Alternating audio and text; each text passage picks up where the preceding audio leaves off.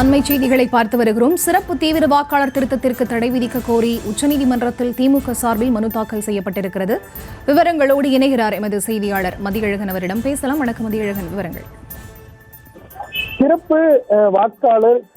சிறப்பு தீவிர வாக்காளர் திருத்தம் எனப்படும் SIR நடைமுறை நாளை முதல் தமிழ்நாட்டில் தொடங்கப்பட இருக்கக்கூடிய நிலையில் அதற்கு தடை விதிக்க கோரி திமுக சார்பில் அதன் அமைப்பு செயலாளர் RS பாரதி உச்சநீதிமன்றத்தில் மனு ஒன்றை தாக்கல் செய்திருக்கிறார். அதில் பீகாரில் சிறப்பு தீவிர வாக்காளர் திருத்தம் விவகாரத்தில் பல்வேறு குளறுபடிகள் ஏற்பட்டுள்ளன.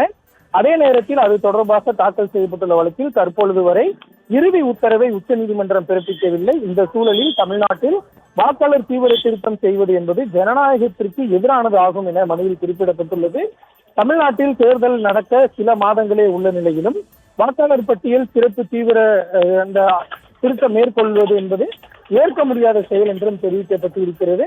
வரைவு வாக்காளர் வெளியிடப்படும் காலகட்டத்தில் கிறிஸ்துமஸ் பண்டிகை, பொங்கல் பண்டிகை போன்றவை வருவதால் வாக்காளர் பட்டியல் தயாரிப்பு பணியில் விடுபடும் வாக்காளர்களோ அல்லது சேர விரும்பும் வாக்காளர்களுக்கு சிரமம் ஏற்படும் என்பதால் இதனால் அவர்களது ஓட்டுரிமை இழக்கக்கூடிய ஆபத்து ஏற்படும் என்றும் அந்த மனுவில் குறிப்பிடப்பட்டிருக்கிறது.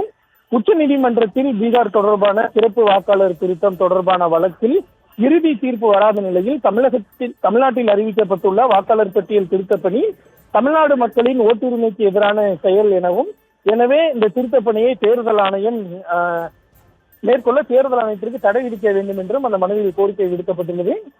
பீகார் மாநில அந்த SIR தொடர்பான வழக்கு உச்சநீதிமன்றத்தில் நாளை விசாரணைக்கு வர இருக்கக்கூடிய நிலையில் அப்பொழுது இதுபோன்று தங்களது தரப்பிலும் ஒரு மனு தாக்கல் செய்துள்ளதாகவும் இதனுடன் இந்த மனுவையும் சேர்த்து விசாரிக்க வேண்டும் என்று திமுக சார்பில் நாளை முறையிடப்படும் என எதிர்பார்க்கப்படுகிறது.